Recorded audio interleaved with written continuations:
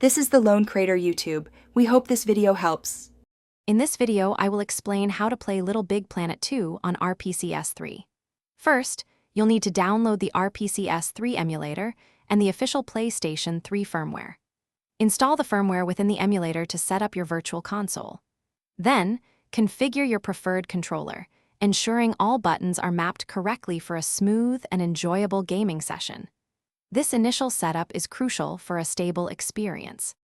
Next, you'll need to get your Little Big Planet 2 game files. Make sure these are legally obtained and in a format RPCS3 can recognize, typically a folder structure. Simply drag the game's main folder directly into the RPCS3 window. The emulator will then begin the installation process, which might take a few minutes depending on your system's speed. To get the best experience, optimize RPCS3 settings. For CPU, try setting PPU and SBU decoders to recompiler LLVM. For GPU, Vulkan is often recommended for modern graphics cards, offering superior performance. Enable right color buffers for correct visuals. You can also adjust resolution scaling. Starting at 150% often provides a good balance between clarity and performance. If you encounter issues, check the RPCS3 wiki. It's a fantastic resource for common problems.